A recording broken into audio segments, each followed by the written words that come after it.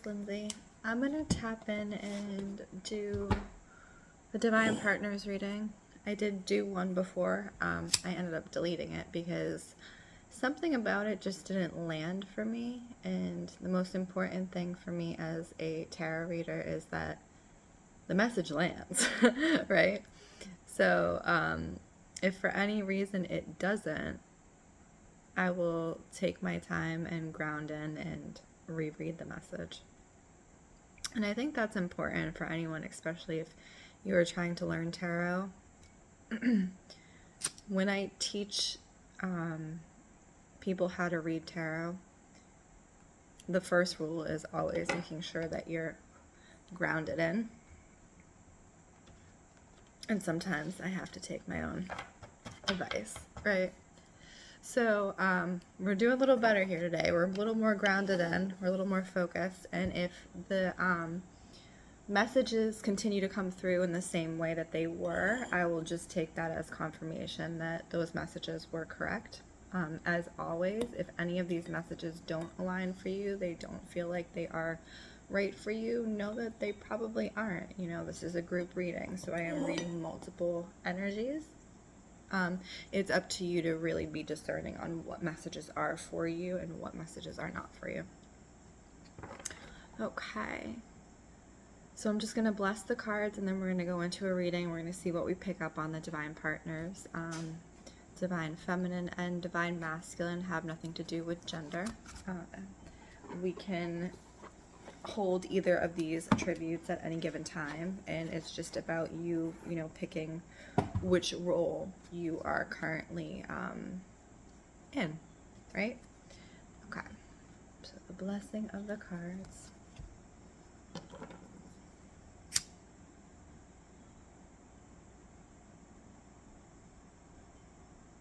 Spirit, I ask that any and all messages that come through the cards come through with clarity and understanding for all those involved and for the highest good at this point in time only.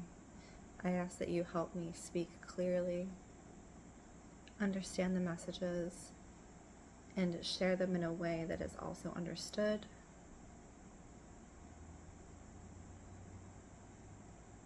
Okay. Divine Partners, where are we going with this? Let's see.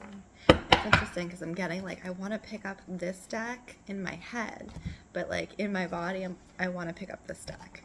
So we're going to go with the body first, and then we're going to go back to the one, my head is telling me. But that's another thing. So also, I do teach tarot, and when I teach tarot, I always tell people, when you are reading, what does your body say first before your mind? Because your body is a better indicator of your subconscious first. What do you feel before your mind gets in the way?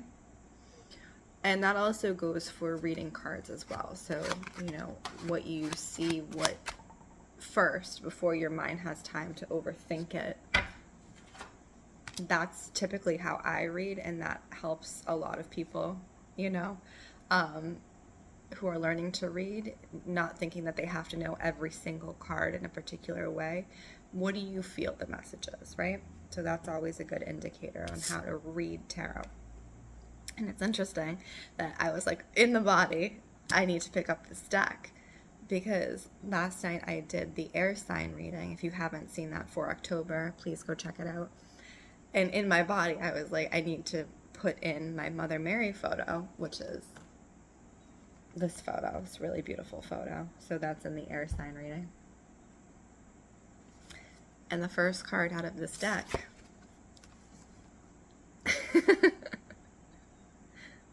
so it really says something to the power of dropping in and being grounded and picking up messages, right? So we're reaffirming this Mother Mary energy. Spirit, can we get a clarification on who this energy is for? Okay. It's interesting because the way this is coming through, the mother energy is specifically for the masculine, Not to say the feminine, does not need or does not portray that energy, but this is specifically for the masculine. It is that loving, protective, mothering quality that's showing up in care for the divine masculine at this time. And it's giving to me like a mother sitting on a chair or something, sitting and saying like, come to me, like my little boy, come to me, and like holding that child and comforting that child, but specifically the masculine is the way that it's showing up. So there is this energy around the masculine needing to be emotionally comforted outside of himself by feminine energy. It's interesting though, because it's not reading as the divine feminine partner, it's reading as a mother, right? So it's reading as that energy of needing to have that energy in their life. So whether you have lost your mother, or don't have contact with your mother, or there is this rising of this need to have healthy mother figure in life, which is interesting to me. Okay, we're gonna go a little bit deeper on this for the divine masculine. And so the real question is, I guess, that I'm coming up against is, if that is not readily available to the divine masculine, how do they pursue that, right? So if you don't have someone who represents that in your own life for whatever reason, how do you pursue that? That's a lot of cards, Spirit. We're just gonna, give me a second. I need clarification.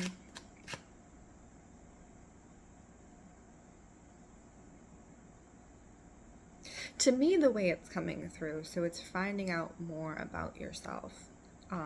Masculine, it's finding out, I'm seeing lineage, specifically on the mother side, is the way that's coming through, which is really interesting to me. So we have the Tower card, which is destruction. It's upheaval, but I'm seeing this like dragon-like tail, but the way it's coming through is like lineage. So pursuing lineage on that side, on that mother side.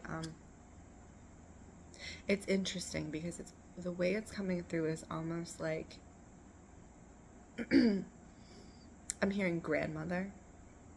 So if you have a grandmother who is still present, still alive, or like a great aunt, but more grandmother energy, an elder woman who would have been in and around the family, or someone who presents as an elder woman in your life, or, not everybody has that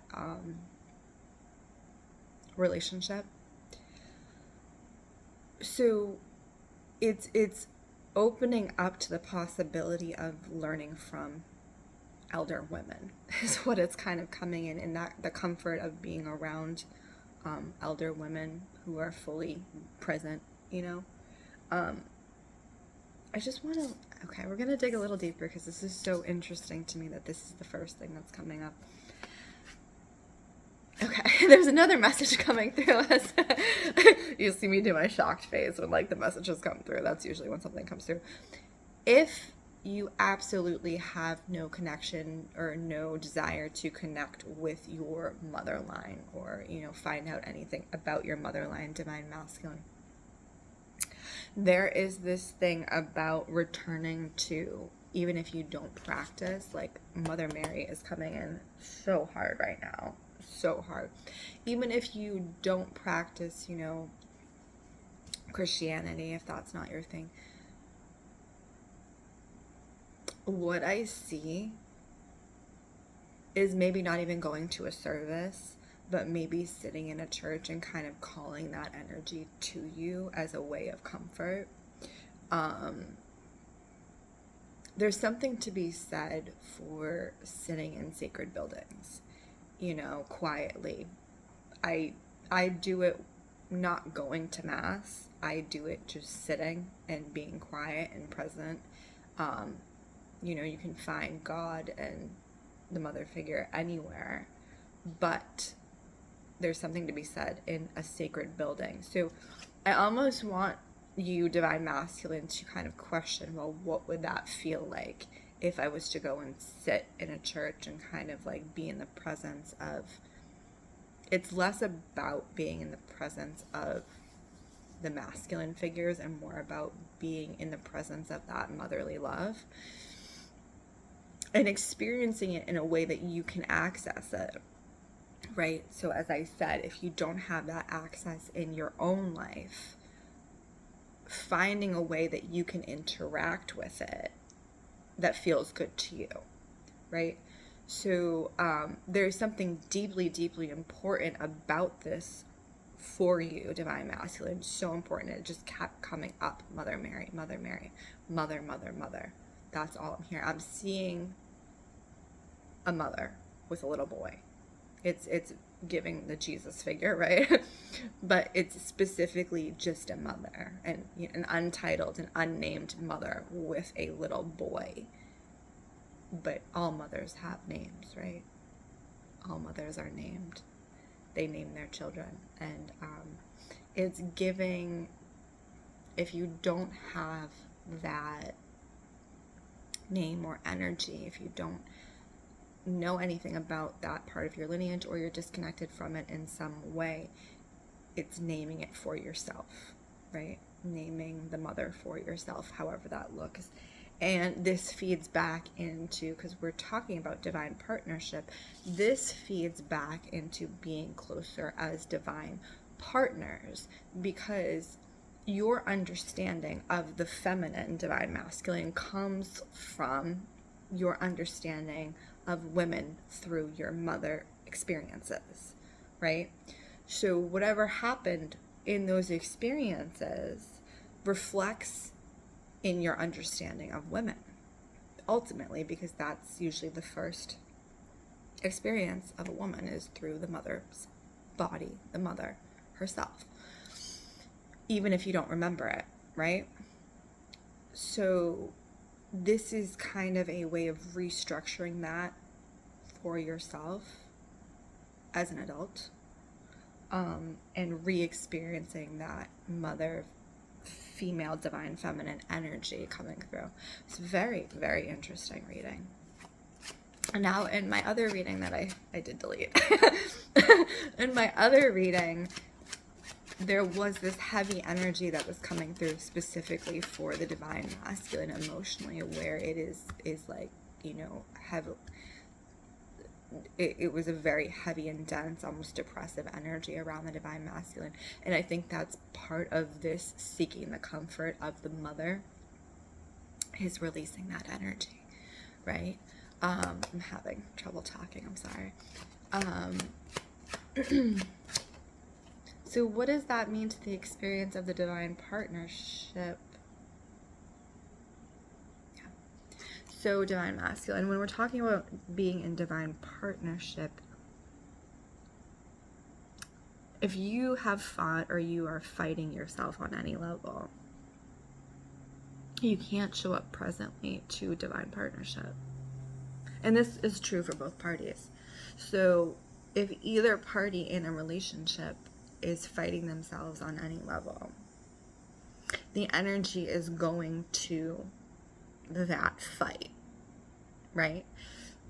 So the energy is not going to the upholding of the relationship or the connection of the relationship. And that's exactly what is happening here. So part of that stepping back into divine partnership is about stopping the fight within you.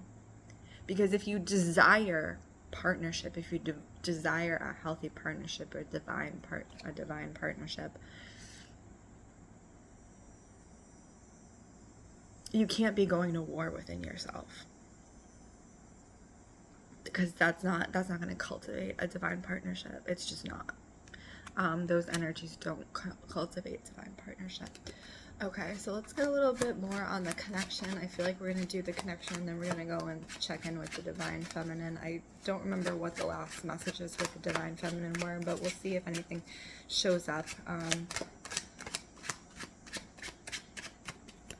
Connection between the divine partners. Connection between the divine partners.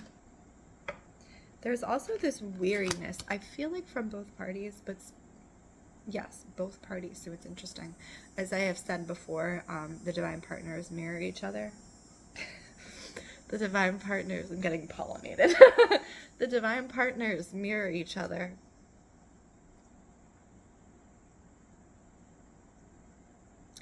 And there is this weariness to both parties at this point.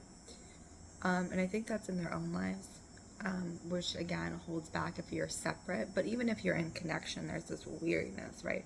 Exhaustion happening here. So we had the Five of Swords come up, and I don't know if this is, I think it might be the Osiris one. I don't know which myth this is. If you know which myth this is, please let me know. I'm going to call on my friend Alicia, who knows about all about Egyptian myths. Which myth is this, girl? So it gives that energy of weariness and having to make decisions. And that's specifically in the connection itself. It's almost like both parties have had to make so many decisions in recent months that making another decision, especially that around relationship, is just like, I'm seeing a Jenga tower. I'm quite literally seeing a Jenga tower when you pull that one out and then the whole tower just, right? So that's what the connection is giving. It's this weariness around making decisions. Okay, let's go into the Divine Feminine and see what the energy is showing up for the Divine Feminine. I'm going to try and use the other deck really quick, but I do want it. This deck's doing really well, so we'll just stay with it for a minute.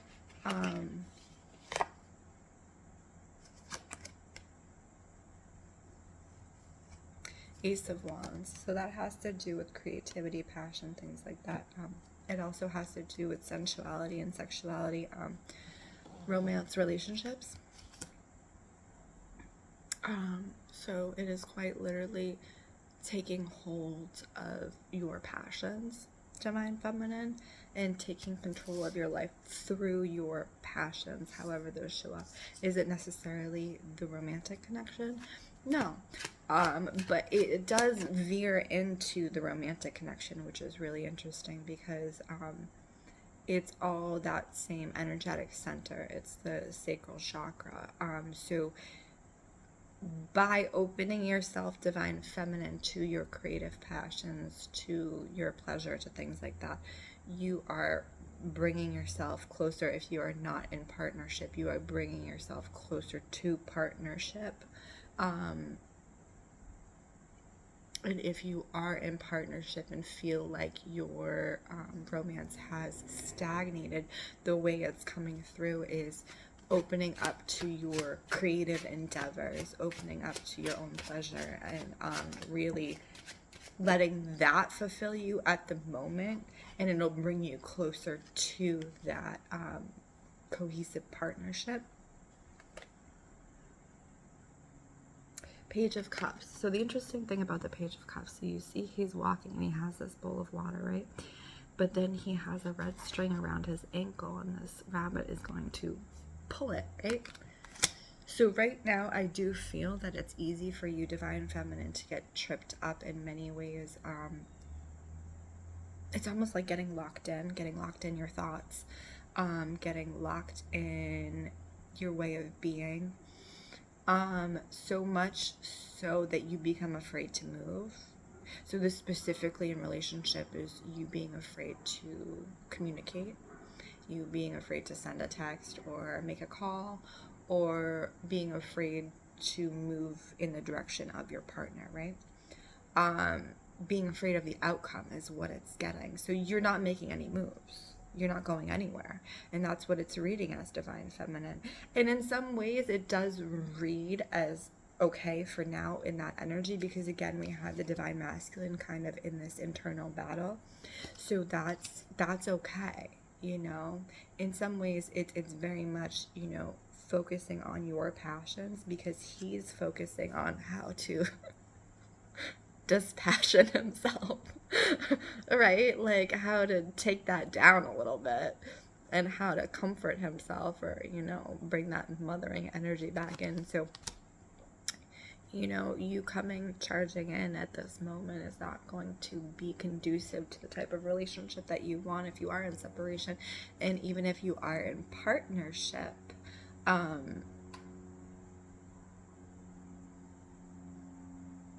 it's almost like honoring each other, seeing each other as you're going through these things together, honestly, and being present the way it's showing up, being present, but, you know, understanding and acknowledging there are some things that you have to do by yourself, right? So that's really what it is. Any last information for the divine partners? I'm hearing loving yourself into being. So you are loving yourself into being. You are loving the divine partnership into being. The more you are bringing love to yourself, the more you are loving together, right? So the final is the Ace of Swords, and it does feel like the cutting through, the breaking point is coming through. It's very, very close. So that may look like contact. That may look like communication in a relationship. But right now, you're both kind of existing side by side in a way that you can work on yourselves together, separately. You know what I mean? So you each have your own focus, and that really is the energy right now. So I hope this was helpful. I do feel like, you know, these messages were coming in a little bit clearer than my other reading. Again, my name is Lindsey Rose, Storyteller Tarot. If you would like your own reading, please check out the links in bio. And as always, I wish you well.